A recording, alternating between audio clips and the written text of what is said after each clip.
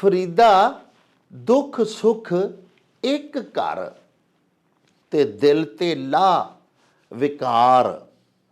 ਅੱਲਾ ਭਾਵੇ ਸੋ ਭਲਾ ਤਾਂ ਲੱਭੇ ਦਰਬਾਰ। ਟਗੇ ਦੀ ਬੁੱਢੀ ਹਾਂਜੀ। ਤੇ ਧੇਲਾ ਸਿਰ ਬਣਾਈ। ਜਿਹੜਾ ਕੰਮ ਕੀਤਿਆਂ ਤੁਹਾਨੂੰ ਇੰਨਾ ਫਾਇਦਾ ਨਾ ਹੋਏ, ਮਤਲਬ ਇਹ ਉਸ ਕੰਮ ਨੂੰ ਸਿਰੇ ਚਾੜਨ ਲਈ ਤੁਹਾਨੂੰ ਮਤਲਬ ਇਹ ਹੈ ਕਿ ਬਹੁਤ ਜ਼ਿਆਦਾ ਖਰਚਾ ਕਰਨਾ ਪੈ ਜਾਏ, ਬੜੀ ਖੇਚਲ ਕਰਨੀ ਪੈ ਜਾਏ। ਪਹਿਲੇ ਸਾਲ ਚੱਟੀ ਤੇ ਦੂਜੇ ਸਾਲ ਹੱਟੀ ਤੇ ਤੀਜੇ ਸਾਲ ਖੱਟੀ। ਤੀਜੇ ਸਾਲ ਜਾ ਕੇ ਤੇ ਤੁਹਾਨੂੰ ਖੱਟੀ ਹੋਣੀ, ਖੱਟੀ ਦਾ ਮਤਲਬ ਹੈ ਕਮਾਈ। ਕਮਾਈ ਹੋਣੀ ਤੁਹਾਡੀ ਸ਼ੁਰੂ ਤੀਸਰੇ ਸਾਲ ਜਾ ਕੇ ਹੋਏਗੀ। ਤਰੇਲ ਚਟਿਆਂ ਹਾਂਜੀ ਤਰੇ ਨਹੀਂ ਮੁੱਕਦੀ। ਜਦੋਂ ਤੁਹਾਡੇ ਤੇ ਕੋਈ ਔਖਾ ਵਕਤ ਆਏ ਤੇ ਤੁਸੀਂ ਮਤਲਬ ਇਹ ਸਾਬਤ ਕਦਮੀ ਨਾਲ ਆਪਣਾ ਉਹ ਵਕਤ ਨੂੰ ਗੁਜ਼ਾਰੋ। ਭਾਜੀ ਜਾਵੀਂ ਉਸ ਘਰ ਜਿੱਥੋਂ ਆਵੀਂ ਮੁੜ ਘਰ। ਨੂੰਹਾਂ ਆਉਂਦੀਆਂ ਨੇ ਨਾ ਪੇਕਿਆਂ ਤੋਂ ਤੇ ਉਹ ਉਹਨਾਂ ਨੂੰ ਭਾਜੀ ਬਣਾ ਕੇ, ਪੁਰਾਣੇ ਜ਼ਮਾਨੇ 'ਚ ਦੇਸੀ ਲੱਡੂ ਬਣਾ ਕੇ ਦਿੰਦੇ ਸਨ, ਫਿਰ ਬੂੰਦੀ ਦੇ ਲੱਡੂ ਵੀ ਬਣਾ ਕੇ ਦੇਣੇ। ਭਾਜੀ ਲੋਕੀ ਦਿੰਦੇ ਨੇ ਅਮੂਮਨ ਉਹਨਾਂ ਹੀ ਘਰਾਂ 'ਚ ਜਿੱਥੇ ਘਰ ਦੇਣ, ਤੇ ਉਹਨਾਂ ਨੂੰ ਇਹ ਆਸ ਹੁੰਦੀ ਹੈ ਕਿ ਜਦੋਂ ਇਹਨਾਂ ਦੀ ਕੋਈ ਨੂੰਹ ਭੈਣ ਧੀ ਆਏਗੀ ਉਹ ਸਾਡੇ ਘਰ 'ਚ ਵੀ ਭਾਜੀ ਪਰਤ ਕੇ ਆਏਗੀ। ਹਮਸਾਏ ਤੇ ਮਾਂ ਪਿਓ ਜਾਏ। ਉਹ ਬੰਦਾ ਜੰਨਤ 'ਚ ਨਹੀਂ ਜਾਏਗਾ ਜਿਹਦਾ ਗੁਆਂਢੀ ਭੁੱਖਾ ਸੁੱਤਾ। ਇਹਦੇ 'ਚ ਦੱਸਿਆ ਗਿਆ ਹੈ ਕਿ ਸਾਨੂੰ ਗੁਆਂਢੀਆਂ ਨਾਲ ਸਲੂਕ ਚੰਗਾ ਰੱਖਣਾ ਚਾਹੀਦਾ।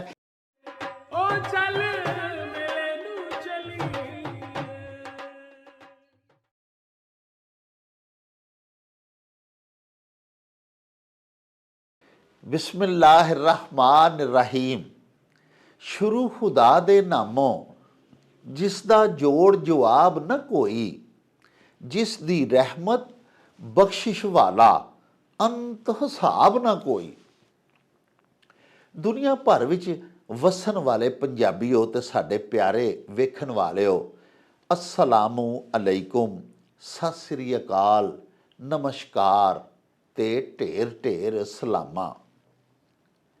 ਪੰਜਾਬੀ ਮਾਂ ਬੋਲੀ ਦੇ ਜ਼ੁਬਾਨੋ ਅਦਬ ਤੇ ਸਕਾਫਤ ਦੇ ਫਰੋਗ ਤੇ ਵਧਾਵੇ ਤੇ ਚੜ੍ਹਤਲ ਤੇ ਸਿੱਖਿਆ ਲਈ ਸ਼ੁਰੂ ਕੀਤੇ ਜਾਣ ਵਾਲੇ ਤੁਹਾਡੇ ਆਪਣੇ YouTube ਚੈਨਲ ਮੇਲਾ TV ਦੇ ਉੱਤੇ ਤੁਹਾਨੂੰ ਦਿਲ ਦੀਆਂ ਡੂੰਘਾਈਆਂ ਤੋਂ ਸਤ ਬਿਸਮਿਲ੍ਲਾ ਤੇ ਜੀ ਆਇਆਂ ਨੂੰ ਆਖਨੇ ਆ।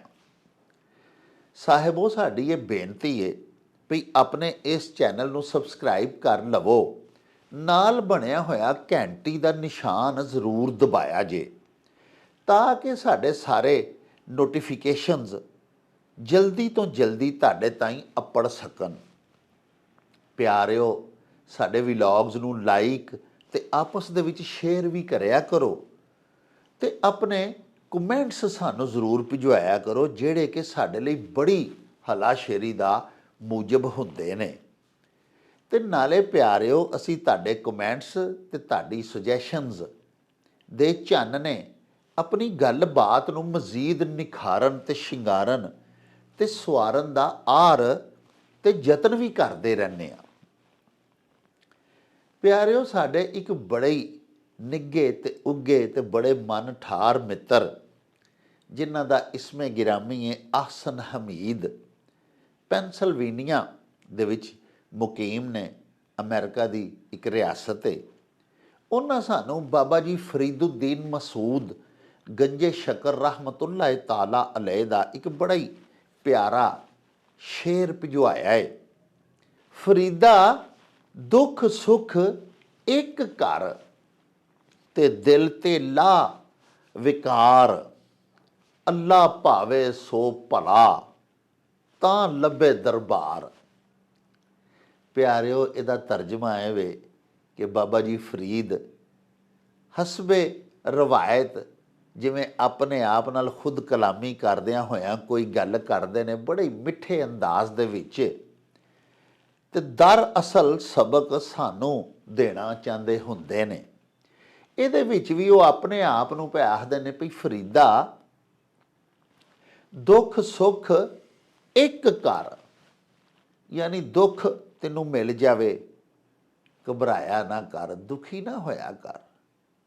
ਅੱਲਾ ਪਾਕ ਸੱਚੇ ਅੱਗੇ ਅਰਜ਼ ਜ਼ਰੂਰ ਗੁਜ਼ਾਰਿਆ ਕਰ, ਅੱਲਾ ਪਾਕ ਨੂੰ ਆਪਣਾ ਦੁਖੜਾ ਸੁਣਾਇਆ ਕਰ, ਉਹਦੇ ਕੋਲੋਂ ਰਹਿਮਤ ਦਾ ਉਮੀਦਵਾਰ ਬਣਿਆ ਕਰ, ਲੇਕਿਨ ਵਲ ਕਦਰੇ ਖੈਰੇ ਹੀ ਵ ਸ਼ਰਰੇ ਹੀ ਮਿਨ ਅੱਲਾਹ ਤਾਲਾ, ਅੱਲਾਹ ਪਾਕ ਦੇ ਹੁਕਮ ਨਾਲ ਹੀ ਬੰਦਾ ਜਿਹੜਾ ਉਹਦੀ ਜ਼ਿੰਦਗੀ ਦੇ ਵਿੱਚ ਕੋਈ ਪਰੇਸ਼ਾਨੀ ਆ ਜਾਂਦੀ ਹੈ, ਤੇ ਜੇ ਕੋਈ ਪਰੇਸ਼ਾਨੀ ਜਾਂ ਦੁੱਖ ਆਉਂਦਾ ਹੈ ਤੇ ਫਿਰ ਕੱਟਣ ਵਾਲਾ ਵੀ ਤੇ ਉਹ ਆਪੂ ਹੀ ਹੈ ਨਾ। ਇਸ ਵਾਸਤੇ ਪਰੇਸ਼ਾਨ ਨਾ ਹੋਇਆ ਕਰ। ਇਸੇ ਤਰ੍ਹਾਂ ਹੀ ਸੁੱਖ ਮਿਲੇ, ਕੋਈ ਰਾਹਤ ਮਿਲੇ, ਕੋਈ ਖੁਸ਼ੀ ਮਿਲੇ ਤੇ ਉਹਦਾ ਸ਼ੁਕਰ ਅਦਾ ਕਰਿਆ ਕਰ, ਉਹਦੇ ਅੱਗੇ ਹੋਰ ਨਿਉ ਜਾਇਆ ਕਰ, ਲੇਕਿਨ ਖੁਸ਼ੀ ਤੇ ਇਤਰਾਇਆ ਨਾ ਕਰ, ਆਕੜਿਆ ਨਾ ਕਰ। ਮਿਸਾਲ ਦੇ ਤੌਰ ਤੇ ਦੁਨੀਆ ਦੇ ਵਿੱਚ ਅਸੀਂ ਬਹੁਤ ਜ਼ਿਆਦਾ ਅੱਲਾਹ ਪਾਕ ਦੇ ਕਰਮ ਦੇ ਨਾਲ ਅਮੀਰ ਹੋ ਜਾਂਦੇ ਹਾਂ, ਦੌਲਤਮੰਦ ਹੋ ਜਾਂਦੇ ਹਾਂ, ਧਨਵਾਨ ਹੋ ਜਾਂਦੇ ਹਾਂ, ਨਾਲ ਹੀ ਸਾਡਾ ਮਿਜ਼ਾਜ ਬਦਲ ਜਾਂਦਾ ਹੈ। ਸਾਨੂੰ ਕੋਈ ਤਰੱਕੀ ਮਿਲ ਜਾਂਦੀ ਹੈ, ਕੋਈ ਰੈਂਕ ਵੱਡਾ ਸਾਡਾ ਹੋ ਜਾਂਦਾ ਹੈ ਪਿਆਰਿਓ, ਨਾਲ ਹੀ ਅਸੀਂ ਗਰੂਰ 'ਚ ਆ ਜਾਂਦੇ ਹਾਂ। ਇਹ ਨਹੀਂ ਭਲੀ ਗੱਲ। ਬਾਬਾ ਜੀ ਫਰੀਦ ਚੂੰਕਿ ਇੱਕ ਫਕੀਰ ਨੇ, ਇੱਕ ਦਰਵੇਸ਼ ਨੇ ਔਰ ਸੱਚੇ ਤੇ ਸੁੱਚੇ ਅੱਲਾ ਦੇ ਵਲੀ ਨੇ, ਇਸ ਵਾਸਤੇ ਉਹ ਪਏ ਫਰਮਾਉਂਦੇ ਨੇ ਕਿ ਫਰੀਦਾ ਦੁੱਖ ਸੁੱਖ ਇੱਕ ਕਰ ਤੇ ਦਿਲ ਤੋਂ ਲਾ ਇਹ ਭਾਰ। ਦਿਲ ਤੇ ਭਾਰ ਨਾ ਰੱਖਿਆ ਕਰ ਕਿ ਮੈਨੂੰ ਦੁੱਖ ਕੋਈ ਮਿਲ ਗਿਆ ਹਯਾਤੀ ਦੇ ਵਿੱਚ, ਮੈਂ ਪਰੇਸ਼ਾਨੀ ਕਿਸੇ ਦੇ ਨਾਲ ਦੋ ਚਾਰ ਹੋ ਗਿਆ, ਕੋਈ ਮਸਲਾ ਖੜਾ ਹੋ ਗਿਆ, ਬਿਲਕੁਲ ਨਾ ਘਬਰਾਇਆ ਕਰ, ਦਿਲ ਤੇ ਭਾਰ ਨਾ ਰੱਖਿਆ ਕਰ, ਦਿਲ ਤੋਂ ਲਾ ਇਹ ਭਾਰ। ਅੱਲਾਹ ਪਾਕ ਜੋ ਤੇਰਾ ਹੈ, ਤੇਰਾ ਸਾਈਂ ਹਯੁਲ ਕਯੂਮ ਜ਼ਿੰਦਾ ਓ ਬੇਦਾਰ ਤੇਰੇ ਸਿਰ ਤੇ ਜਾਗਦਾ, ਪਰੇਸ਼ਾਨ ਹੋਣ ਵਾਲੀ ਤੈਨੂੰ ਕਿਹੜੀ ਗੱਲ ਹੈ। ਤੇ ਨਾਲ ਹੀ ਪੈ ਫਰਮਾਉਂਦੇ ਨੇ ਕਿ ਅੱਲਾਹ ਭਾਵੇ ਸੋ ਭਲਾ, ਜੋ ਅੱਲਾਹ ਪਾਕ ਨੂੰ ਪਸੰਦ ਹੈ ਨਾ, ਉਹੀ ਤੇਰੇ ਵਾਸਤੇ ਭਲਾ ਹੈ, ਚੰਗਾ ਹੈ, ਫਾਇਦੇਮੰਦ ਹੈ। ਪਿਆਰਿਓ, ਜਿਵੇਂ ਹਜ਼ਰਤ ਖਵਾਜਾ ਗੁਲਾਮ ਫਰੀਦ ਕੋਟ ਮਿੱਠਣ ਵਾਲਿਆਂ ਦਾ ਇਹ ਸ਼ੇਰ ਹੈ, ਜੇ ਸੋਹਣਾ ਮੇਰੇ ਦੁੱਖ ਵਿੱਚ ਰਾਜ਼ੀ ਤੇ ਮੈਂ ਸੁੱਖ ਨੂੰ ਚੁੱਲ੍ਹੇ ਡਾਵਾਂ। ਮਨਾਜ਼ਲੇ ਸਲੂਕ ਜਦੋਂ ਫੁਕਰਾ ਤੈਅ ਕਰਦੇ ਨੇ ਅੱਲਾਹ ਵਾਲੇ, ਦਰਵੇਸ਼ੀ ਦੇ ਫਕੀਰੀ ਦੇ ਪੰਧ ਤੇ ਟੁਰਦਿਆਂ ਹੋਇਆਂ ਮੁਖਤਲਿਫ ਮੁਕਾਮਾਤ ਤੋਂ ਉਹਨਾਂ ਦਾ ਗੁਜ਼ਰ ਹੁੰਦਾ ਹੈ। ਇੱਕ ਵਿੱਚ ਪਿਆਰਿਓ ਮੰਜ਼ਲ ਇਹ ਵੀ ਆਉਂਦੀ ਹੈ, ਫਕੀਰ ਨੂੰ ਉਹਦੇ ਮੁਰਸ਼ਿਦ ਵੱਲੋਂ ਇਹ ਸਿਖਾਇਆ ਜਾਂਦਾ ਹੈ ਕਿ ਰੱਬ ਦੀ ਰਜ਼ਾ ਦੇ ਨਾਲ ਰਾਜ਼ੀ ਹੋ ਜਾ, ਆਪਣੀ ਖਵਾਹਿਸ਼ ਛੱਡ ਦੇ, ਤਰਕੇ ਮੁੱਦਾ ਕਰ ਦੇ, ਐਨ ਮੁੱਦਾ ਹੋ ਜਾ, ਸ਼ਾਨ ਅਬਦ ਪੈਦਾ ਕਰ, ਮਜ਼ਹਰ ਖੁਦਾ ਹੋ ਜਾ। ਅਬੂਦੀਅਤ ਦੀ, ਬੰਦਗੀ ਦੀ, ਗੁਲਾਮੀ ਦੀ ਤੇ ਇਹ ਸ਼ਾਨ ਹੈ ਨਾ, ਜਿਸ ਗੱਲ 'ਚ ਮਾਲਕ ਰਾਜ਼ੀ ਹੋਵੇ, ਗੁਲਾਮ ਉਸੇ ਗੱਲ 'ਚ ਰਾਜ਼ੀ ਹੁੰਦਾ ਹੈ, ਇਖਤਲਾਫ ਨਹੀਂ ਕਰਦਾ। ਸਿਰੇ ਮੂੰਹ ਜਿੰਨੀ, ਵਾਲ ਦੇ ਸਿਰੇ ਜਿੰਨੀ ਵੀ ਅੱਗੋਂ ਜ਼ਿੱਦ ਨਹੀਂ ਕਰਦਾ ਸਾਈਂ ਆਪਣੇ ਦੇ ਅੱਗੇ। ਇਹੋ ਹੀ ਗੱਲ ਪੈ ਸਮਝਾਉਂਦੇ ਨੇ ਅੱਲਾਹ ਪਾਕ ਦੇ ਬੰਦਿਆਂ ਨੂੰ ਕਿ ਯਾਰ ਪਰੇਸ਼ਾਨ ਨਾ ਹੋਇਆ ਕਰੋ। ਪਿਆਰਿਓ, ਬੰਦਾ ਕਿਸੇ ਵੇਲੇ ਪਰੇਸ਼ਾਨ ਹੋਇਆ ਹੁੰਦਾ, ਸਭ ਤੋਂ ਪਹਿਲੇ ਤੇ ਮੈਂ ਤੁਹਾਡੀ ਸੇਵਾ 'ਚ ਅਰਜ਼ ਕਰਾਂ ਕਿ ਬੰਦਾ ਜਦੋਂ ਵੀ ਦੁਖੀ ਹੁੰਦਾ, ਆਪਣੀ ਕਿਸੇ ਖੁਆਇਸ਼ ਦੇ ਵਾਸਤੇ ਦੁਖੀ ਹੁੰਦਾ, ਉਹਦੀ ਉਹ ਗੱਲ ਪੂਰੀ ਨਹੀਂ ਹੋਈ ਹੁੰਦੀ, ਉਹ ਪਰੇਸ਼ਾਨ ਹੋਇਆ ਫਿਰਦਾ। ਤੇ ਜੇ ਉਹ ਅੱਲਾਹ ਪਾਕ ਦੀ ਰਜ਼ਾ ਦੇ ਨਾਲ ਰਾਜ਼ੀ ਹੋ ਜਾਏ, ਉਹਦੀ ਪਰੇਸ਼ਾਨੀ ਮੁੱਕ ਜਾਂਦੀ ਹੈ, ਕੱਟਦੀ ਹੈ। ਤੇ ਬਾਬਾ ਜੀ ਫਰੀਦ ਵੀ ਇਹੋ ਹੀ ਆਖਦੇ ਨੇ ਭਈ ਫਰੀਦਾ ਦੁੱਖ ਸੁੱਖ ਇੱਕ ਕਰ। ਦੁਖੀ ਹੋਣ ਦਾ ਤਾਂ ਤੈਨੂੰ ਤਾਂ ਫਾਇਦਾ ਹੋਵੇ ਨਾ ਕਿ ਤੇਰੇ ਦੁਖੀ ਹੋਣ ਨਾਲ ਜਾਂ ਪਰੇਸ਼ਾਨ ਹੋਣ ਨਾਲ ਉਹ ਮੁਸੀਬਤ ਕੱਟਣੀ ਹੈ। ਕੱਟਣੀ ਤੇ ਉਹ ਮੁਸੀਬਤ ਰੱਬ ਸੱਚੇ ਨੇ ਵੇ, ਇਸਤਦਾ ਜ਼ਰੂਰ ਕਰ, ਰਹਿਮਤ ਦਾ ਖਵਾਸਤਗਾਰ ਹੋ ਜਾ, ਅਰਜ਼ਗੁਜ਼ਾਰ ਬਣ ਜਾ ਆਪਣੇ ਅੱਲਾਹ ਪਾਕ ਦੇ ਹਜ਼ੂਰ। ਲੇਕਿਨ ਦੁਖੀ ਹੋਣਾ ਜਿਹੜਾ, ਉਹਦੇ ਨਾਲ ਇਹ ਮੁਸੀਬਤ ਨਹੀਂ ਟਲੇ ਦੀ। ਪਿਆਰਿਓ ਵੇਖੋ ਨਾ, ਬੱਚਾ ਕਿਸੇ ਵੇਲੇ ਰੋਈ ਜਾਂਦਾ, ਜ਼ਿੱਦ ਕਰਦਾ, ਉਹਦੀ ਖਾਹਿਸ਼ ਹੁੰਦੀ ਹੈ ਕਿ ਚਾਕੂ ਮੇਰੇ ਹੱਥ 'ਚ ਹੋਵੇ, ਲੇਕਿਨ ਉਹ ਜਿੰਨਾ ਮਰਜ਼ੀ ਰੋਵੇ, ਉਹ ਜਿੰਨਾ ਮਰਜ਼ੀ ਪਿੱਟੇ, ਮਾਂ ਉਹਦੇ ਹੱਥ 'ਚ ਚਾਕੂ ਨਹੀਂ ਫੜਾਉਂਦੀ। ਮਾਂ ਨੂੰ ਪਤਾ ਹੁੰਦਾ ਕਿ ਚਾਕੂ ਇਹਦੇ ਵਾਸਤੇ ਬੜਾ ਸਖਤ ਜ਼ਰਬ ਲਾਉਣ ਵਾਲਾ ਹਥਿਆਰ ਹੈ, ਇਹਦੇ ਨਾਲ ਮੇਰਾ ਬੱਚਾ ਜ਼ਖਮੀ ਹੋ ਸਕਦਾ, ਉਹ ਆਪਣਾ ਆਪ ਵੱਢ ਲੈਗਾ। ਤੇ ਮਾਂ ਜਿੰਨਾ ਮਰਜ਼ੀ ਬਾਲ ਪਿਆਰ ਹੋਵੇ ਉਹਨੂੰ ਚਾਕੂ ਨਹੀਂ ਫੜਾਉਂਦੀ। ਇਸੇ ਵਾਸਤੇ ਸਾਡੀ ਕਿਸੇ ਖੁਆਇਸ਼ ਦੇ ਪੂਰਾ ਹੋਣ ਤੋਂ ਬਾਅਦ ਸਾਡੇ ਨਾਲ ਚੰਗੀ ਬੀਤਣੀ ਜਾਂ ਮੰਦੀ, ਇਹ ਤਾਂ ਸਾਡੇ ਅੱਲਾਹ ਪਾਕ ਨੂੰ ਪਤਾ ਹੁੰਦਾ ਨਾ। ਤੇ ਬਸਾ ਔਕਾਤ ਸਾਡੀਆਂ ਖੁਆਇਸ਼ਾਤ ਜਿਹੜੀਆਂ ਅੱਲਾਹ ਪਾਕ ਪੂਰੀਆਂ ਨਹੀਂ ਕਰਦੇ, ਉਹਦੇ ਪਿੱਛੇ ਸਾਹਿਬੋ ਸਾਡਾ ਭਲਾ ਹੁੰਦਾ, ਸਾਨੂੰ ਪਤਾ ਹੀ ਨਹੀਂ ਹੁੰਦਾ। ਫਕੀਰੀ ਦੀ ਸ਼ਾਨ ਵੀ ਇਹ ਹੀ ਹੈ ਕਿ ਅੱਲਾਹ ਪਾਕ ਦੀ ਰਜ਼ਾ ਦੇ ਵਿੱਚ ਰਾਜ਼ੀ ਹੋ ਜਾਣਾ, ਆਪਣੀਆਂ ਖੁਆਇਸ਼ਾਤ ਤਰਕ ਕਰ ਦੇਣੀਆਂ। ਉਹਦੀ ਖੁਆਇਸ਼ ਜਿਹੜੀ ਹੈ ਸਾਈਂ ਦੀ, ਮਾਲਕ ਦੀ, ਉਹਦੇ ਅੱਗੇ ਸਰੇ ਤਸਲੀਮ ਖਮ ਰੱਖਣਾ। ਇਹੋ ਹੀ ਗੱਲ ਇਸ ਬਾਬਾ ਜੀ ਨੇ ਆਪਣੇ ਸ਼ੇਰ 'ਚ ਬਿਆਨ ਕੀਤੀ ਹੈ ਕਿ ਫਰੀਦਾ ਦੁੱਖ ਸੁੱਖ ਇੱਕ ਘਰ ਤੇ ਦਿਲ ਤੋਂ ਲਾਏ ਭਾਰ, ਅੱਲਾਹ ਭਾਵੇ ਸੋ ਭਲਾ। ਜੋ ਅੱਲਾਹ ਪਾਕ ਨੂੰ ਪਸੰਦ ਹੈ ਤੇਰੇ ਲਈ ਉਹੀ ਫਾਇਦੇਮੰਦ ਹੈ, ਤੇ ਤਾਂ ਲੱਭੇ ਦਰਬਾਰ। ਤੇ ਰੱਬ ਸੱਚੇ ਸਾਹਿਬ ਦੇ ਦਰਬਾਰ ਦੇ ਵਿੱਚ ਤੇਰੀ ਕਬੂਲੀਅਤ ਦਾ ਢੰਗ ਵੀ ਇਹ ਹੀ ਹੈ, ਤਰੀਕਾ ਵੀ ਇਹ ਹੀ ਹੈ ਕਿ ਜੋ ਰੱਬ ਨੂੰ ਪਸੰਦ ਹੈ ਉਹਦੇ ਤੇ ਸਰੇ ਤਸਲੀਮ ਖਮ ਰੱਖ, ਤੈਨੂੰ ਰੱਬ ਦੇ ਦਰਬਾਰ ਵਿੱਚ ਵੀ ਜਗ੍ਹਾ ਮਿਲ ਜਾਏਗੀ। ਯਾਨੀ ਅੱਲਾਹ ਪਾਕ ਦੇ ਮਕਬੂਲ ਬੰਦਿਆਂ ਦੇ ਵਿੱਚ ਸ਼ੁਮਾਰ ਹੋਣ ਲੱਗ ਪਵੇਂਗਾ। ਅੱਲਾਹ ਪਾਕ ਸੱਚਾ ਸਾਹਿਬ ਤੈਨੂੰ ਆਪਣਾ ਦੋਸਤ, ਆਪਣਾ ਵਲੀ ਬਣਾ ਲਏਗਾ।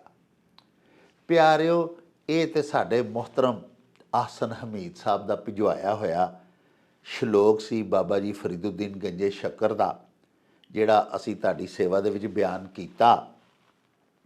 ਸਾਹਿਬੋ, ਬਹੁਤ ਸਾਰੇ ਅਖਾਣ ਵੀ ਸਾਡੇ ਕੋਲ ਜਮ੍ਹਾਂ ਨੇ, ਕੁਝ ਸਵਾਲਾਤ ਵੀ ਤੁਸੀਂ ਭਿਜਵਾਏ ਹੋਏ ਨੇ, ਤੇ ਆਓ ਤੁਹਾਡੇ ਅਖਾਣ ਲੈ ਕੇ ਤੇ ਚੱਲੀਏ ਬਾਬਾ ਜੀ ਇਹਸਾਨ ਬਾਜਵਾ ਹੋਰਾਂ ਦੀ ਖਿਦਮਤ ਦੇ ਵਿੱਚ, ਤੇ ਬਾਕੀ ਗੱਲਾਂ ਬਾਤਾਂ ਉੱਥੇ ਹੀ ਜਾ ਕੇ ਤੁਹਾਡੇ ਨਾਲ ਸਾਂਝੀਆਂ ਕਰਾਂਗੇ। ਆਓ ਸਾਡੇ ਨਾਲ। ਉਹ ਚੱਲ ਮੇਲੇ ਨੂੰ ਚਲੀ,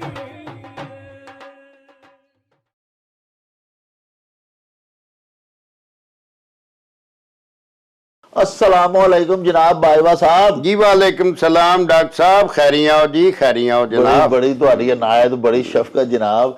ਅੱਛਾ ਮੇਰੇ ਹਜ਼ੂਰ, ਪਿਛਲੇ ਅਸੀਂ ਪ੍ਰੋਗਰਾਮ ਵਿੱਚ ਕੀਤਾ ਸੀ, ਉਹ ਇੰਡੀਆ ਦੇ ਸਾਡੇ ਮਿੱਤਰ ਚੀਮਾ ਮੰਗਟਾ ਵਾਲਾ, ਉਹਨਾਂ ਬੜਾ ਬੜਾ ਸ਼ੁਕਰੀਆ ਅਦਾ ਕੀਤਾ ਜੀ ਜੀ। ਤੁਸੀਂ ਉਹਨਾਂ ਦੇ ਸਵਾਲ ਦਾ ਜਵਾਬ ਦਿੱਤਾ ਸੀ। ਅੱਜ ਉਹਨਾਂ ਨੇ ਇੱਕ ਹੋਰ ਸਰ ਸਵਾਲ ਭਿਜਵਾਇਆ। ਹਾਂਜੀ ਹਾਂਜੀ। ਉਹ ਆਖਦੇ ਨੇ ਵੀ ਤਗਾਣੇ ਲਫ਼ਜ਼ ਜਿਹੜਾ ਹੈ ਇਹ ਆਮ ਸਾਡੀ ਪੰਜਾਬੀ ਵਰਤੋਂ ਦੇ ਵਿੱਚ ਆਉਂਦਾ ਹੈ। ਇਹ ਤਗਾਣੇ ਦਾ ਕੀ ਮਤਲਬ ਹੁੰਦਾ? ਤਗਾਣੇ ਦਾ ਮਤਲਬ ਹੁੰਦਾ ਧੱਕੋ ਜ਼ੋਰੀ, ਯਾਨੀ ਜਿਹੜੀ ਗੱਲ ਬਣਦੀ ਤੇ ਨਾ ਹੋਵੇ ਜੀ, ਹੈ ਜੀ, ਤੂੰ ਤਗਾਣੇ ਹੀ ਮੇਰੇ ਗੱਲ ਪਈ ਜਾਂਦਾ, ਯਾਨੀ ਮੇਰੀ ਤੇਰੀ ਲੜਾਈ ਤੇ ਕੋਈ ਹੈ ਨਹੀਂ, ਹੈ ਜੀ, ਕੋਈ ਮੇਰਾ ਛੇੜ, ਕੋਈ ਵੰਡ ਭੰਜਾਲੀ ਨਹੀਂ, ਕੋਈ ਛੇੜ ਢੋ ਨਹੀਂ ਤੇਰੇ ਨਾਲ, ਹੈ ਜੀ, ਤੇ ਉਂਝ ਹੀ ਪਈ ਜਾਂਦਾ, ਤਗਾਣੇ ਮੇਰੇ ਗੱਲ ਪਈ ਜਾਂਦੇ। ਤੂੰ ਤਗਾਣੇ ਹੁੰਦਾ ਜਿਹੜਾ ਬਗੈਰ ਮਤਲਬ ਤੋਂ ਐਵੇਂ ਹੀ ਬੇਮਕਸਦ ਹੀ ਕਿਸੇ ਦੇ ਗੱਲ ਪੈ ਜਾਣਾ, ਕਿਸੇ ਦੇ ਨਾਲ ਕੋਈ ਐਸੀ ਗੱਲ ਕਰਨੀ ਕਿਸੇ ਨੂੰ ਕਿ ਜਿਹੜੀ ਉਹਦਾ ਦਿਲ ਦੁਖਾਉਣ ਵਾਲੀ ਹੈ, ਜਦੋਂ ਕਿ ਉਹਨੇ ਤੇ ਤੁਹਾਡਾ ਵਿਗਾੜੇ ਕੱਖ ਨਹੀਂ, ਹੈ ਜੀ। ਉੱਥੇ ਮਤਲਬ ਤਗਾਣੇ ਦਾ ਮਤਲਬ ਧੱਕੋ ਜ਼ੋਰੀ, ਹੈ ਜੀ, ਯਾਨੀ ਦਲੀਲ ਲੋ ਨਾਲ ਨਹੀਂ ਲੜਨਾ, ਕਲੋ ਨਾਲ ਹੀ ਲੜੀ ਜਾਣਾ। ਵਾਹ ਵਾਹ, ਬਹੁਤ ਵਧੀਆ ਤੁਸੀਂ ਇਹ ਕਿਹਾ ਵੀ ਕਲੋ ਨਾਲ ਹੀ ਲੜੀ ਜਾਣਾ। ਮਤਲਬ ਐਵੇਂ ਵੀ ਦਿਲ ਕਰਨਾ ਵੀ ਮੈਂ ਇਹਨੂੰ ਇਹਦੇ ਨਾਲ ਧੱਕੇ ਨਾਲ ਕੋਈ ਲੜਾਈ ਕਰਾਂ, ਤੋ ਫਿਰ ਅਗਲਾ ਆਂਦਾ ਵੀ ਯਾਰ ਅੱਲਾ ਦੇ ਬੰਦਿਆ, ਮੇਰੇ ਨਾਲ ਕਾਹਦੇ ਤੂੰ ਮੇਰੇ ਨਾਲ ਤਗਾਣਾ ਹੀ ਲੜੀ ਜਾਂਦਾ, ਮੇਰਾ ਤੇਰਾ ਕੋਈ ਛੇੜ ਢੋ ਨਹੀਂ, ਮੇਰਾ ਤੇਰਾ ਕੋਈ ਲੈਣ ਦੇਣ ਨਹੀਂ, ਮੇਰੀ ਤੇਰੀ ਕੋਈ ਵੰਡ ਭੰਜਾਲੀ ਨਹੀਂ ਜੀ। ਹਾਂਜੀ। ਤੇ ਬਾਜਵਾ ਸਾਹਿਬ ਨਾਲ ਹੀ ਉਹਨਾਂ ਇੱਕ ਖਾਨ ਵੀ ਭੇਜਿਆ ਜੀ ਜੀ ਜੀ। ਉਹ ਫਰਮਾਉਂਦੇ ਨੇ ਵੀ ਟਗੇ ਦੀ ਬੁੱਢੀ ਤੇ ਧੇਲਾ ਸਿਰ ਬਣਾਈ। ਹਾਂਜੀ, ਇੱਥੇ ਮਤਲਬ ਵੇਖੋ ਜੀ, ਜਦੋਂ ਕੋਈ ਐਸਾ ਕੰਮ ਤੁਹਾਡੇ ਮਤਲਬ ਜ਼ਿੰਮੇ ਪੈ ਜੇ ਕਿ ਜਿਹੜਾ ਕੰਮ ਕੀਤਿਆਂ ਤੁਹਾਨੂੰ ਇੰਨਾ ਫਾਇਦਾ ਨਾ ਹੋਏ, ਮਤਲਬ ਉਸ ਕੰਮ ਨੂੰ ਸਿਰੇ ਚਾੜਨ ਲਈ ਤੁਹਾਨੂੰ ਮਤਲਬ ਇਹ ਹੈ ਕਿ ਬਹੁਤ ਜ਼ਿਆਦਾ ਖਰਚਾ ਕਰਨਾ ਪੈ ਜਾਏ, ਬੜੀ ਖੇਚਲ ਕਰਨੀ ਪੈ ਜਾਏ ਉਹਦੀ, ਯਾਨੀ ਤੁਹਾਨੂੰ ਉਹ ਲਿਆ, ਉਹ ਸ਼ੈ ਲਿਆ, ਇਹਨਾਂ ਦੇ ਫਾਇਦਾ ਕੋਈ ਨਹੀਂ, ਇੱਕ ਪੈਸੇ ਦਾ ਤੁਹਾਨੂੰ ਫਾਇਦਾ ਹੈ ਜੀ। ਤੇ ਉਹਦਾ ਸੁਤਰਾਨ, ਉਹਦਾ ਸਜਾਵਟ, ਉਹਦਾ ਇਹ ਸਾਰਾ ਕਰਨ ਦੇ ਉੱਤੇ, ਉਹਦੀ ਮਤਲਬ ਪਾਲ ਪੋਸ਼ ਕਰਨ ਦੇ ਉੱਤੇ ਤੁਹਾਨੂੰ ਚੋਖਾ ਖਰਚ ਕਰਨਾ ਪੈ ਜੇ, ਉਹਦੇ ਤੇ ਤੁਹਾਨੂੰ ਫਾਇਦਾ ਤੇ ਹੋਣਾ ਕੋ ਨਹੀਂ। ਉੱਥੇ ਇਹ ਅਖਾਣ ਬੋਲਦੇ ਨੇ ਵੀ ਯਾਰ ਇਹ ਮਤਲਬ ਟਗੇ ਦੀ ਉਹ ਬੁੱਢੀ ਆ ਜਨਾਨੀ ਆ ਬੁੱਢੀ ਤੇ ਢੇਲਾ ਸਿਰ ਮਨਾਈ। ਹਾਲਾਂ ਬੁੱਢੀਆਂ ਦਾ ਤੇ ਸਿਰ ਮਨਾਇਆ ਹੀ ਨਹੀਂ ਜਾਂਦਾ।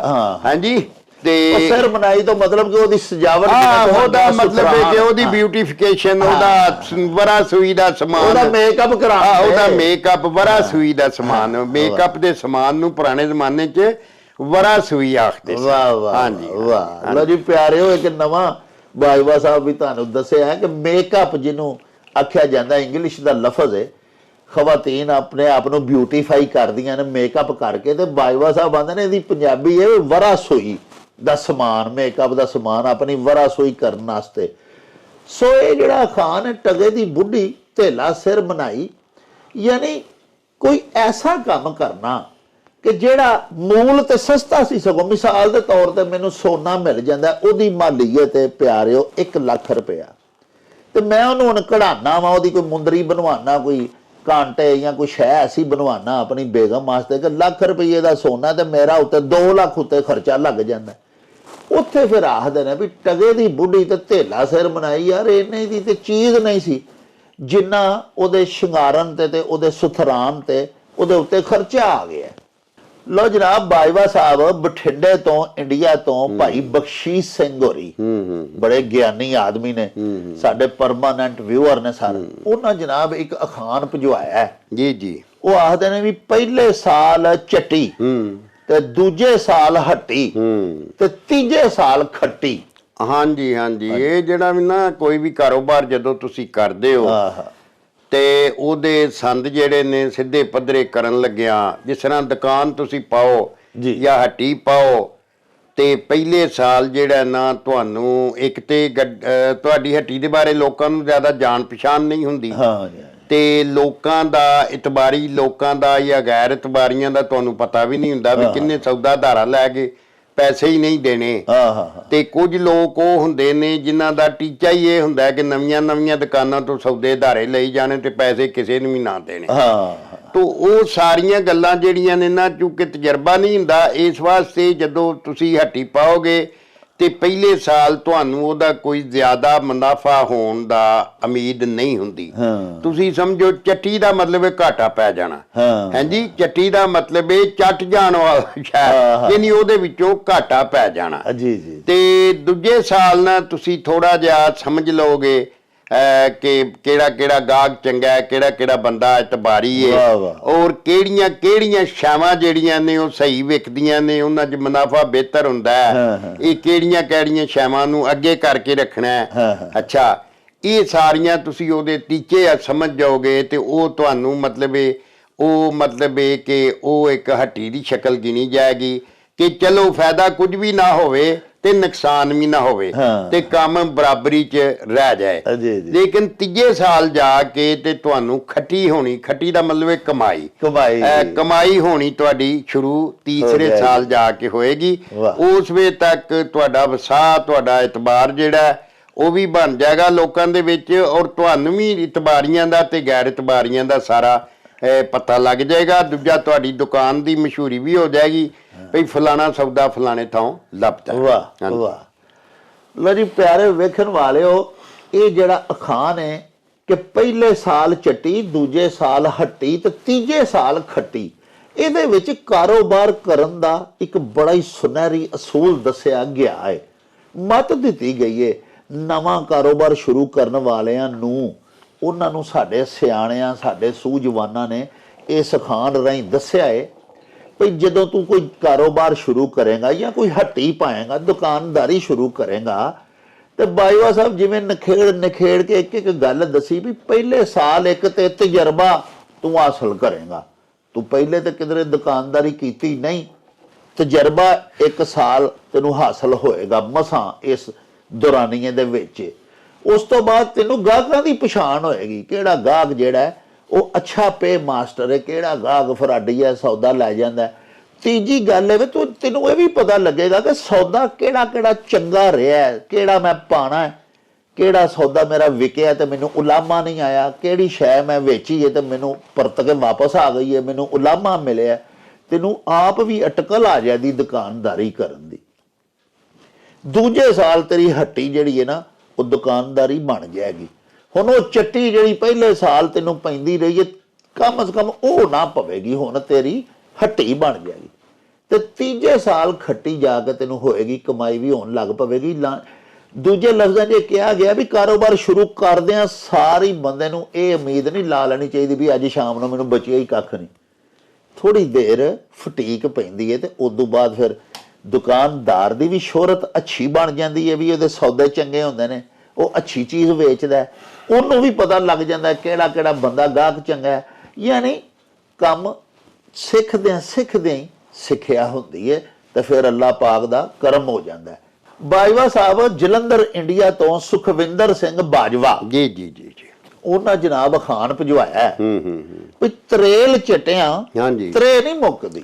ਤਰੇਲ ਜਿਹੜੀ ਏ ਤੁਹਾਨੂੰ ਪਤਾ ਹੈ ਉਹ ਫਸਲਾਂ ਦੇ ਉੱਤੇ ਪੈਂਦੀ ਹੈ ਜਾਂ ਪੱਤਰਾਂ ਦੇ ਉੱਤੇ ਪੈਂਦੀ ਹੈ। ਹਾਂਜੀ ਹਾਂਜੀ ਤੇ ਜ਼ਾਹਰ ਹੈ ਉਹ ਕਤਰੇ ਹੀ ਹੁੰਦੇ ਨੇ ਪਾਣੀ ਦੇ, ਲੇਕਿਨ ਅਗਰ ਤੁਹਾਨੂੰ ਬਹੁਤ ਜ਼ਿਆਦਾ ਪਿਆਸ ਲੱਗੀ ਹੈ, ਤਰੇਲ ਲੱਗੀ ਹੈ ਤੇ ਤੁਸੀਂ ਉਹਨੂੰ ਤਰੇਲ ਨੂੰ ਚੱਟਣ ਲੱਗ ਪਓਗੇ ਤੇ ਮਤਲਬ ਇਹ ਵੇ ਕਿ ਤੁਹਾਡੀ ਤਰੇ ਤੇ ਨਹੀਂ ਮੁੱਕ ਜਾਏਗੀ। ਨਹੀਂ ਨਹੀਂ ਇਹਦੇ 'ਚ ਦੱਸਿਆ ਗਿਆ ਕਿ ਜਦੋਂ ਤੁਹਾਡੇ ਤੇ ਕੋਈ ਔਖਾ ਵਕਤ ਆਏ ਤੇ ਤੁਸੀਂ ਮਤਲਬ ਇਹ ਸਾਬਤ ਕਦਮੀ ਨਾਲ ਆਪਣਾ ਉਹ ਵਕਤ ਨੂੰ ਗੁਜ਼ਾਰੋ। ਤੇ ਜੇ ਤੁਸੀਂ ਨਿੱਕੇ ਨਿੱਕੇ ਕੰਮ ਨਿੱਕੀਆਂ ਨਿੱਕੀਆਂ ਚਵਲਾਂ ਮਾਰਨ ਲੱਗ ਪਓਗੇ ਹਾਂਜੀ ਤੇ ਤੁਹਾਡਾ ਨਾ ਤੇ ਇਤਬਾਰ ਰਹੇਗਾ ਤੇ ਲੋਕੀ ਤੁਹਾਨੂੰ ਗੱਲਾਂ ਵੀ ਕਰਨਗੇ ਤੇ ਸਾਬਤ ਕਦਮ ਹੋ ਕੇ ਜਿਹੜਾ ਤੁਹਾਡੇ ਤੇ ਔਖਾ ਵੇਲਾ ਹੈ ਜ਼ਿੰਦਗੀ ਦੇ ਵਿੱਚ ਉਹਨੂੰ ਭਰ ਮਰਦਾਨੇ ਹੋ ਕੇ ਮਤਲਬ ਇਹ ਕਿ ਘਰੋਂ ਭੁੱਖੇ ਵੀ ਨਿਕਲੋ ਤੇ ਬਾਹਰ ਨਿਕਲ ਕੇ ਮੁੱਛਾਂ ਤੇ ਹੱਥ ਫੇਰ ਕੇ ਆਖੋ ਅੱਜ ਤੇ ਕੁੱਕੜ ਜਿਹੜਾ ਖਾਦਾ ਨਾ ਬੜਾ ਹੀ ਸਵਾਦ ਆਇਆ, ਬਿਨ ਬਾਂਗਾ ਕੁੱਕੜ ਸੀ। ਤਾਂ ਮਤਲਬ ਇਹ ਵੇ ਕਿ ਆਪਣਾ ਜਿਹੜਾ ਕੁਰਾਨ 'ਚ ਵੀ ਲਿਖਿਆ ਕਿ ਜਿੰਨੇ ਆਪਣੇ ਭੇਤ ਨੂੰ ਸਾਂਭ ਲਿਆ ਉਹ ਕਾਮਯਾਬ ਹੋ ਗਿਆ। ਵਾਹ ਹਾਂਜੀ ਤੇ ਵਾਰਿਸ ਸ਼ਾਹ ਵੀ ਲਿਖਿਆ ਕਿ ਵਾਰਿਸ ਸ਼ਾਹ ਨਾ ਭੇਤ ਸੰਦੂਕ ਖੁੱਲੇ ਭਾਵੇਂ ਜਾਨ ਦਾ ਜੰਦਰਾ ਟੁੱਟ ਜਾਏ। ਤੋ ਆਪਣੇ ਭੇਤ ਦੀ ਸੰਭਾਲਣਾ ਕਰੋ, ਆਪਣੇ ਮਤਲਬ ਇਹ ਭਰ ਮਰਦਾਨੇ ਹੋ ਕੇ ਜ਼ਿੰਦਗੀ ਗੁਜ਼ਾਰਨੀ ਸ਼ੁਰੂ ਕਰ ਦਿਓ ਕਿਉਂਕਿ ਭੁੱਖਿਆਂ ਵੇਖ ਕੇ ਕੋਈ ਪਾ ਨਹੀਂ ਦਿੰਦਾ ਤੁਹਾਨੂੰ। ਹਾਂਜੀ ਤੇ ਮਤਲਬ ਇਹ ਕਿ ਰੱਜਿਆਂ ਨੂੰ ਲੋਕੀ ਦਿੰਦੇ ਨੇ, ਭੁੱਖਿਆਂ ਨੂੰ ਕੌਣ ਦਿੰਦਾ ਤੇ ਇਸ ਵਾਸਤੇ ਤੁਸੀਂ ਕਿਉਂ ਜਣੇ ਖਣੇ ਅੱਗੇ ਮੱਲੇ ਵਿੱਚ ਝੋਲੀ ਕਰਦੇ ਫਿਰੋ, ਭਰ ਮਰਦਾਨੇ ਹੋ ਕੇ ਤੇ ਜ਼ਿੰਦਗੀ ਗੁਜ਼ਾਰੋ ਔਰ ਤਾਂ ਕਿ ਤੁਹਾਡੀ ਅਨਾਜ ਜਿਹੜੀ ਆ ਉਹ ਮਜਰੂਹ ਨਾ ਹੋਏ। ਔਰ ਅੱਲਾ ਅੱਗੇ ਦੁਆਵਾਂ ਵੀ ਕਰੋ ਤੇ ਮਿਹਨਤ ਵੀ ਕਰੋ ਸਿਦਕੇ ਦਿਲ ਨਾਲ। ਹਾਂਜੀ ਤੇ ਇਹ ਜਿਹੜਾ ਵੀ ਐਵੇਂ ਜੀ ਜਗ੍ਹਾ ਜਗ੍ਹਾ ਤੇ ਜੀਭਾਂ ਮਾਰਦਿਆਂ ਫਿਰਨਾ ਵੀ ਮੇਰੀ ਤਰੇ ਮੁੱਕ ਜਾਏਗੀ, ਇਹ ਤਰੇਲ ਚਟਿਆਂ ਕਦੀ ਤਰੇ ਪਿਆਸ ਜਿਹੜੀ ਆ ਨਹੀਂ ਮੁੱਕਦੀ। ਸਾਹਿਬੋ ਤਰੇਲ ਚਟਿਆਂ ਕਦੀ ਤਰੇ ਨਹੀਂ ਮੁੱਕੀ। ਯਾਨੀ ਇੱਕ ਬੰਦੇ ਨੂੰ ਪਿਆਸ ਲੱਗੀ ਹੈ ਸ਼ਦੀਦ ਤੇ ਉੱਥੇ ਪਾਣੀ ਹੁਣ ਕੋਈ ਨਹੀਂ ਤੇ ਉੱਥੇ ਪੌਦਿਆਂ ਦੇ ਉੱਤੇ ਪੱਤਰਾਂ ਦੇ ਉੱਤੇ ਰਾਤ ਦੀ ਤਰੇਲ ਵਰੀ ਹੈ ਤੇ ਉਹ ਹੁਣ ਪੱਤਰ ਚੱਟਣ ਲੱਗ ਪਵੇ ਤੇ ਇਸ ਤਰ੍ਹਾਂ ਤੇ ਫਿਰ ਨਹੀਂ ਨਾ ਮੁੱਕਦੀ। ਬਾਜਵਾ ਸਾਹਿਬ ਦੱਸਿਆ ਭਈ ਇਹਦੇ ਤੋਂ ਇੱਕ ਤੇ ਮੁਰਾਦ ਦੇਵੇ ਕਿ ਔਖਾ ਟਾਈਮ ਆ ਗਿਆ ਤੇ ਭਰ ਮਰਦਾਨੇ ਹੋ ਕੇ ਉਸ ਵਕਤ ਨੂੰ ਗੁਜ਼ਾਰੋ, ਉਹਨੂੰ ਫੇਸ ਕਰੋ ਬਹਾਦਰੀ ਦੇ ਨਾਲ। ਤੇ ਦੂਜਾ ਪਿਆਰਿਓ ਇਸ ਖਾਨ ਦਾ ਇਹ ਵੀ ਮਤਲਬ ਇਹ ਵੇ ਭਈ ਜਿੱਥੇ ਜ਼ਰੂਰਤ ਜੋ ਜ਼ਿਆਦਾ ਚੀਜ਼ ਦੀ ਹੈ, ਮਤਲਬ ਜ਼ਿਆਦਾ ਪੈਸੇ ਕੋਲ ਹੋਣ ਤਾਂ ਫਿਰ ਇੱਕ ਕੰਮ ਹੁੰਦਾ ਹੈ। ਹੁਣ ਬੰਦਾ ਉੱਥੇ ਥੋੜੇ ਜਿਹੇ ਪੈਸੇ ਲੈ ਕੇ ਲਗਾ ਜਾਏ ਤੇ ਇਹ ਵੀ ਕੋਈ ਅੱਛੀ ਬਾਤ ਨਹੀਂ। ਜੋ ਉੱਥੇ ਮਤਲੂਬ ਹੈ, ਜੋ ਦਰਕਾਰ ਹੈ, ਉਹ ਪੂਰਾ ਉੱਥੇ ਕਰਨਾ ਪਏਗਾ ਤੇ ਫਿਰ ਹੀ ਤੁਹਾਡਾ ਉਹ ਕੰਮ ਹੋਏਗਾ। ਉਹਦੇ ਵਾਸਤੇ ਸਟਰਗਲ ਕਰੋ ਔਰ ਉਹ ਪੂਰਾ ਕਰਕੇ ਤੇ ਫਿਰ ਆਪਣਾ ਗੋਲ ਜਿਹੜਾ ਹੈ, ਆਪਣੀ ਮੰਜ਼ਿਲ ਤੇ ਪੁੱਜੋ। ਉਹ ਥੋੜੇ ਥੋੜੇ ਹੋਇਆ ਜਾਂ ਨਿੱਕੇ ਨਿੱਕੇ ਹੁੰਦਿਆਂ ਕੰਮ ਕਈ ਨਹੀਂ ਹੁੰਦੇ, ਉੱਥੇ ਪੂਰਾ ਖਰਚਾ ਇਕੱਠਾ ਕਰਨਾ ਪੈਂਦਾ ਹੈ। ਬਾਜਵਾ ਸਾਹਿਬ ਸਾਹੀਵਾਲ ਤੋਂ ਚਿਰਾਗ ਅਹਿਮਦ ਸੱਜਣ ਸਾਹਿਬ, ਵਾਹ ਸਾਡੇ ਜਨਾਬ ਪਰਮਾਨੈਂਟ ਵਿਊਅਰ ਨੇ, ਸਾਡੇ ਵਲੌਗਸ ਵੇਖਦੇ ਨੇ, ਤੁਹਾਡੇ ਬੜੇ ਐਡਮਾਇਰਰ ਨੇ। ਉਹਨਾਂ ਜਨਾਬ ਅਖਾਨ ਭਿਜਵਾਇਆ ਭਈ ਭਾਜੀ ਜਾਵੀਂ ਉਸ ਘਰ ਜਿੱਥੋਂ ਆਵੀਂ ਮੁੜ ਘਰ।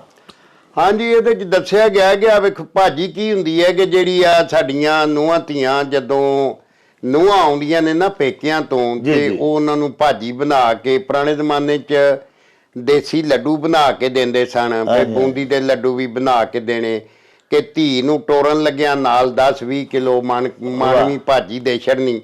ਉਹਨੇ ਫਿਰ ਜਦੋਂ ਆਪਣੇ ਸਹੁਰੇ ਘਰ ਆਉਣਾ ਤੇ ਫਿਰ ਉਹਨਾਂ ਨਾਲ ਕਮਣਿਆਣੀਆਂ ਨੂੰ ਸੱਦ ਲੈਣਾ ਤੇ ਉਹਨੇ ਨਾ ਜਿੰਨੇ ਕੁ ਘਰ ਹੋਣੇ ਉਸ ਹਿਸਾਬ ਨਾਲ ਨਾ ਉਹਦੀ ਵੰਡ ਵੇਤਰ ਕਰਕੇ ਵੀ ਜੇ ਇੱਕ ਲੱਡੂ ਦੇਣਾ 2-2 ਦੇਣੇ ਨੇ ਤੇ ਪੂਰੇ ਆ ਜਾਣਗੇ, ਇੰਨਿਆਂ ਘਰਾਂ 'ਚ ਇੰਨੇ ਘਰ ਰੱਖਣੇ ਨੇ ਤੇ ਉਹਨੂੰ ਫਿਰ ਉਹ ਸਾਰੇ ਘਰਾਂ 'ਚ ਨਾ ਵੰਡਣਾ।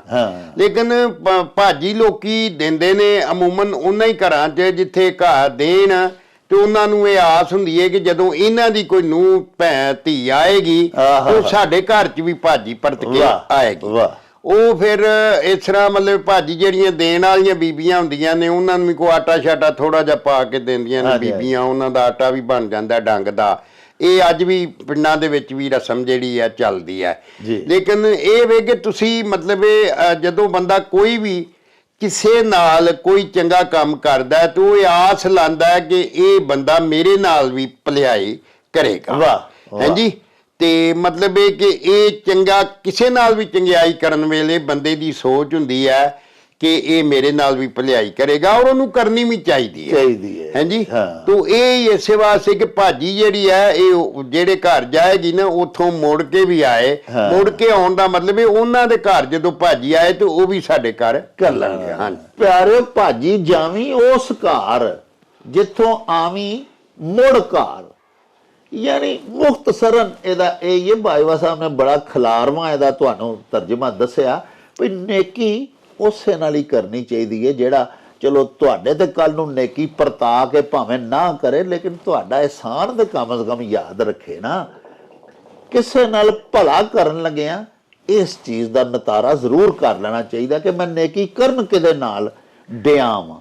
ਵੇਖੋ ਨਾ ਸਾਡੇ ਪੁਰਾਣੇ ਜ਼ਮਾਨੇ ਦੇ ਵਿੱਚ ਅਸਾਂ ਵੇਖਿਆ ਕਿ ਜਦੋਂ ਕਿਸੇ ਦਾ ਵਿਆਹ ਹੋਣਾ ਤੇ ਕਿੰਨੀ ਰਕਮ ਕਿੰਨੇ ਸਲਾਮੀ 'ਚ ਦਿੱਤੀ ਹੈ, ਲੋਕੀ ਲਿਖਦੇ ਹੁੰਦੇ ਸਨ ਤੇ ਬੜਾ ਅਜੀਬ ਲੱਗਦਾ ਹੁੰਦਾ ਸੀ ਕਿ ਯਾਰ ਸਲਾਮੀਆਂ ਲਿਖਣ ਡਏ ਨੇ ਬਹਿ ਕੇ। ਉਹ ਫਿਰ ਬਾਅਦ ਵਿੱਚ ਬਜ਼ੁਰਗਾਂ ਦੱਸਿਆ ਵੀ ਜਿਹਦੇ ਕੋਲੋਂ ਸਲਾਮੀ ਅੱਜ ਅਸੀਂ ਲੈਣ ਡਏ ਆ ਉਹਦਾ ਪੁੱਤਰਾ ਲਿਖੀ ਦਾ ਤਾਂ ਹੈ ਵੀ ਕੱਲ ਨੂੰ ਅਸਾਂ ਵੀ ਉੱਥੇ ਵਰਤਣਾ। ਵੇਖੋ ਨਾ ਲੋਕ ਇੱਕ ਦੂਜੇ ਦੇ ਨਾਲ ਕਿਸ ਕਦਰ ਪਿਆਰ ਕਰਦੇ ਸਨ ਔਰ ਕਿਸੇ ਦਾ ਅਹਿਸਾਨ ਸਿਰ ਤੇ ਨਹੀਂ ਸਨ ਰਹਿਣ ਦਿੰਦੇ। ਵਾਪਸ ਫਿਰ ਪਰਤਾਵੇ 'ਚ ਉਦੋਂ 10-20-100 ਵਧਾ ਕੇ ਵਰਤ ਕੇ ਆਉਂਦੇ ਹਨ ਤੇ ਇਹ ਚੀਜ਼ਾਂ ਸਾਡੇ ਮੁਆਸ਼ਰੇ ਦਾ ਹੁਸਨ ਸਨ।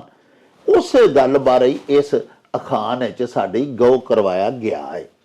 ਬਾਜਵਾ ਸਾਹਿਬ ਚੌਧਰੀ ਆਬਦ ਲੋਧਰਾ ਜੀ ਸਾਡੇ ਸਿਆਲਕੋਟ ਦੇ ਮਿੱਤਰ ਨੇ। ਹਾਂਜੀ, ਬੜੇ ਪਿਆਰੇ ਪੰਜਾਬੀ ਦੇ ਲਵਰ ਨੇ ਜਨਾਬ। ਉਹਨਾਂ ਅਖਾਨ ਭਜਵਾਇਆ ਜੀ ਹਮਸਾਏ ਤੇ ਮਾਂ ਪਿਓ ਜਾਏ। ਇਸ ਅਖਾਨ ਵਿੱਚ ਬੜਾ ਸਿੱਧਾ ਅਖਾਨ ਹੈ ਕਿ ਜਿਹੜੇ ਵੇਖੋ ਨਾ ਗੁਆਂਢੀ ਨੇ ਨਾ ਉਹਨਾਂ ਨਾਲ ਤੁਹਾਡੀਆਂ ਸਾਂਝਾਂ ਚੰਗੀਆਂ ਹੋਣੀਆਂ ਚਾਹੀਦੀਆਂ ਨੇ।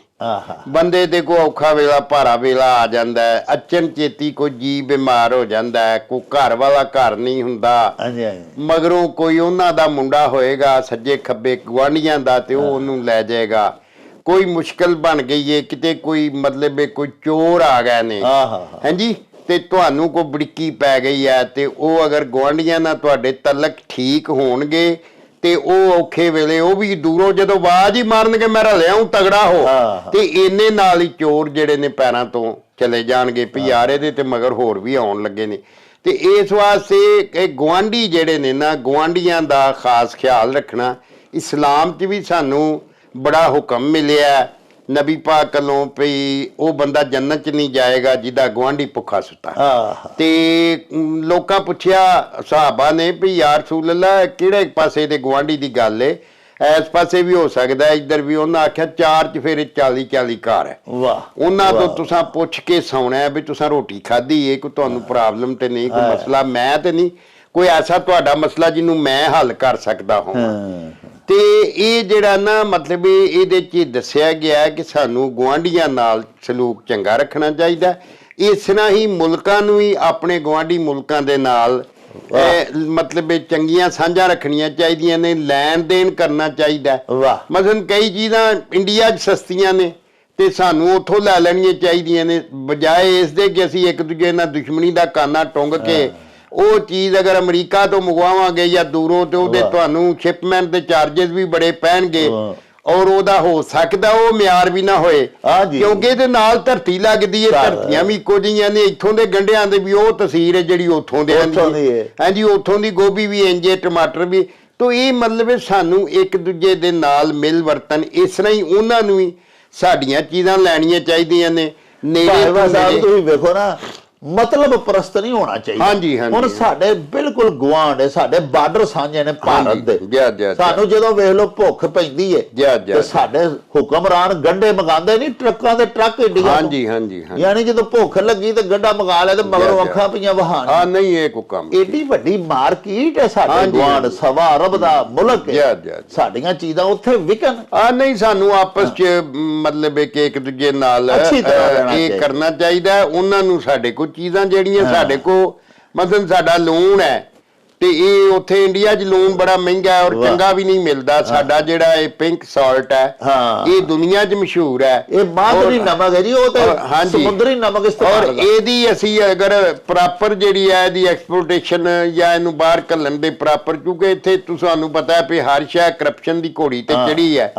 ਅਗਰ ਇਹ ਮੁੱਕ ਜਾਏ ਤੇ ਅਸੀਂ ਬਹੁਤ ਜ਼ਿਆਦਾ ਤਰੱਕੀ ਕਰ ਸਕਦੇ ਹਾਂ। ਵਾਹ, ਹਾਂਜੀ। ਤੋਂ ਮੁਲਕ ਉਦੋਂ ਹੀ ਤਰੱਕੀ ਕਰਦੇ ਨੇ ਜਦੋਂ ਮਤਲਬ ਇੱਕ ਦੂਜੇ ਨਾਲ ਸਾਂਝਾਂ ਵੱਧਦੀਆਂ ਨੇ। ਮਤਲਬ ਇਹ ਜਰਮਨੀ ਦੇ ਵਿੱਚ, ਇਹ ਜਰਮਨੀ ਇੱਕ ਪਾਸਿਓਂ ਫਰਾਂਸ ਕੋ ਕੋਲਾ ਲੈਂਦਾ ਜੀ, ਦੂਜੇ ਪਾਸਿਓਂ ਫਰਾਂਸ ਨੂੰ ਦਿੰਦਾ ਹੈ। ਹਾਂਜੀ। ਵਾਹ। ਉਹ ਆਂਦਾ ਜੀ ਅਸੀਂ 400 ਕਿਲੋਮੀਟਰ ਕੋਲੇ ਨੂੰ ਕਿਉਂ ਸਫ਼ਰ ਕਰਾਈਏ, ਇਹ ਬਾਰਡਰ ਦੇ ਉੱਤੇ ਨਾਲ ਫਰਾਂਸ ਚ ਕੋਲਾ, ਉੱਥੋਂ ਸਾਨੂੰ ਸਸਤਾ ਲੱਭਦਾ, ਸਾਨੂੰ ਉਹਦੇ ਟਰਾਂਸਪੋਰਟੇਸ਼ਨ ਦੇ ਉਹਦੀ ਜਿਹੜੀ ਉਹਦਾ ਆਵਾਜਾਈ ਦਾ ਖਰਚਾ ਥੋੜਾ ਪੈਂਦਾ, ਉੱਥੋਂ ਲੈ ਲਈਏ, ਇਧਰੋਂ ਉਹਨਾਂ ਨੂੰ ਦੇੜੀਏ, ਕਾਗਜ਼ਾਂ 'ਚ ਪੇਮੈਂਟ ਲੈਣ ਦੇਣ ਉਸ ਤਰ੍ਹਾਂ ਹੋ ਜਾਂਦੀ। ਤਾਂ ਮਤਲਬ ਇਹ ਚੀਜ਼ਾਂ ਇਸ ਤਰ੍ਹਾਂ ਮੁਲਕ ਤਰੱਕੀ ਕਰਦੇ ਨੇ। ਹਾਂਜੀ। ਤੇ ਗੁਆਂਢੀਆਂ ਨਾਲ ਕਦੀ ਵਿਗਾੜ ਕੇ ਨਹੀਂ ਰੱਖਣੀ ਚਾਹੀਦੀ। ਗੁਆਂਢੀਆਂ ਨਾਲ ਹਮੇਸ਼ਾ ਚੰਗੇ ਸੰਬੰਧ ਹੋਣੇ ਚਾਹੀਦੇ ਨੇ। ਉਹ ਜਦੋਂ ਵੇਖੋ ਨਾ ਜੀ ਔਖੇ ਭਾਰੇ ਵੇਲੇ ਸਭ ਤੋਂ ਪਹਿਲਾਂ ਤੁਹਾਨੂੰ ਗੁਆਂਢੀ ਬੋੜਦੇ ਨੇ। ਹਾਂਜੀ। ਲੋ ਜੀ ਪਿਆਰਿਓ ਹਮਸਾਏ ਤੇ ਮਾਂ ਪਿਓ ਜਾਏ, ਬੜੀ ਖੂਬਸੂਰਤ ਬੜੀ ਖਿਲਾਰਵੀਂ ਵੰਡ ਦੇ ਬਾਜਵਾ ਸਾਹਿਬ ਨੇ ਤੁਹਾਡੇ ਅੱਗੇ ਕਰ ਦਿੱਤੀ। ਮੈਂ ਇਹਨਾਂ ਸਿਰਫ ਅਰਜ਼ ਕਰਨਾ ਚਾਹਾਂਗਾ ਕਿ ਸਿਆਣੇ ਆਖਦੇ ਨੇ ਸਾਡੇ ਵਿਦਵਾਨ, ਭਈ ਰਿਸ਼ਤੇਦਾਰ ਬਦਲੇ ਜਾ ਸਕਦੇ ਨੇ, ਹਮਸਾਏ ਨਹੀਂ ਬਦਲੇ ਜਾ ਸਕਦੇ। ਵੇਖੋ ਨਾ, ਇੱਕ ਥਾਂ ਤੇ ਰਿਸ਼ਤੇਦਾਰੀ ਨਹੀਂ ਨਿਭਣ ਡਈ ਤੇ ਅੱਲਾ ਨਾ ਕਰੇ ਅਸੀਂ ਉੱਥੋਂ ਛੱਡ ਵੀ ਦਿੰਦੇ ਆ, ਰਿਸ਼ਤੇ ਟੁੱਟ ਜਾਂਦੇ ਨੇ। ਲੇਕਿਨ ਪਿਆਰਿਓ ਹਮਸਾਏ ਤੇ ਨਹੀਂ ਬਦਲੇ ਜਾ ਸਕਦੇ। ਮੇਰਾ ਜਿਹੜਾ ਗੁਆਂਢੀ ਹੈ ਉਹ ਮਕਾਨ ਹੀ ਵੇਚ ਕੇ ਇੱਥੋਂ ਟੁਰ ਜਾਏ ਕਿਸੇ ਹੋਰ ਸ਼ਹਿਰ ਜਾਂ ਕਿਸੇ ਹੋਰ ਮੁਲਕ ਦੇ, ਤਾਂ ਹੀ ਉਹ ਮੇਰਾ ਪੜੋਸੀ ਜਿਹੜਾ ਉਹ ਨਹੀਂ ਰਿਹਾ। ਅਦਰਵਾਈਜ਼ ਤੇ ਉਹ ਮੇਰੇ ਨਾਲ ਹੀ ਪਿਆ ਰਹਿੰਦਾ, ਮੇਰੇ ਘਰ ਦੇ ਨਾਲ ਉਹਦਾ ਘਰ ਹੈ, ਮੇਰੀ ਕੰਧ ਉਹਦੇ ਨਾਲ ਸਾਂਝੀ ਹੈ। ਤੇ ਨਬੀ ਪਾਕ ਹੋਰਾਂ ਵੀ ਜਿਵੇਂ ਬਾਜਵਾ ਸਾਹਿਬ ਦੱਸ ਦਿੱਤਾ ਵੀ ਇੰਨੇ ਹਕੂਕ ਦੱਸੇ ਨੇ ਕਿ ਸੁਹਾਬਾ ਡਰ ਗਏ। ਉਹਨਾਂ ਆਖਿਆ ਕਿ ਅਸੀਂ ਤੇ ਇੱਥੋਂ ਤੱਕ ਡਰ ਗਏ ਕਿ ਕਿਧਰੇ ਸੱਚੀ ਸਰਕਾਰ ਇਹ ਨਾ ਆਖ ਦੇਣ ਕਿ ਆਪਣੀ ਜਾਇਦਾਦ ਵਿਰਾਸਤ ਦੇ ਵਿੱਚੋਂ ਵੀ ਗੁਆਂਢੀਆਂ ਨੂੰ ਹੱਕ ਦਿਓ। ਤੇ ਸਭ ਤੋਂ ਵੱਡੀ ਗੱਲ ਜਿਹੜੀ ਬਾਜਵਾ ਸਾਹਿਬ ਦੱਸੀ ਕਿ ਬੰਦਾ ਘਰ ਵੀ ਜੂ ਨਹੀਂ ਤੇ ਸਭ ਤੋਂ ਪਹਿਲੇ ਆਵਾਜ਼ ਮਾਰੀਏ ਤੇ ਕੌਣ ਪਹਿਲੇ ਅੱਪੜਦਾ ਤੇ ਬੌੜਦਾ, ਉਹ ਹਮਸਾਏ ਹੁੰਦੇ ਨੇ। ਤੇ ਉਹਨਾਂ ਨਾਲ ਸਾਨੂੰ ਬਹੁਤ ਹੀ ਅੱਛੇ ਤਾਲੁਕਾਤ ਰੱਖਣੇ ਚਾਹੀਦੇ ਨੇ। ਇਹ ਸਾਡੇ ਇਖਲਾਕ ਦਾ ਵੀ ਤਕਾਜ਼ਾ ਹੈ, ਮੁਆਸ਼ਰਤੀ ਵੀ ਇਹ ਸਾਡਾ ਤਕਾਜ਼ਾ, ਔਰ ਸਾਡੇ ਦੀਨ ਦਾ ਵੀ ਇਹ ਹੁਕਮ ਹੈ। ਸਾਹਿਬੋ, ਇਹਦੇ ਨਾਲ ਹੀ ਸਾਡੇ ਅੱਜ ਦੇ ਇਸ ਵਿਲਾਗ ਦਾ ਸਮਾਂ ਬੀਤ ਗਿਆ ਹੈ। ਲੈ ਉਹ ਯਾਰ ਹਵਾਲੇ ਰੱਬ ਦੇ ਤੇ ਮੇਲੇ 4 ਦਿਨਾਂ ਦੇ। ਉਸ ਦਿਨ ਈਦ ਮੁਬਾਰਕ ਹੋਸੀ, ਜਿਸ ਦਿਨ ਫੇਰ ਮਿਲਾਂਗੇ, ਰੱਬ ਰਾਖਾ ਤੇ ਅੱਲਾ ਬੇਲੀ।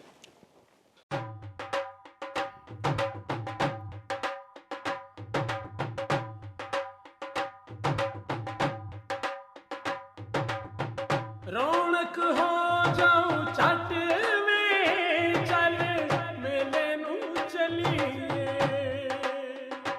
ਓ ਰੌਣਕ ਹੋ ਜਾਊ ਛੱਟ ਵੇ, ਚੱਲ ਮੇਲੇ ਨੂੰ ਚਲੀਏ।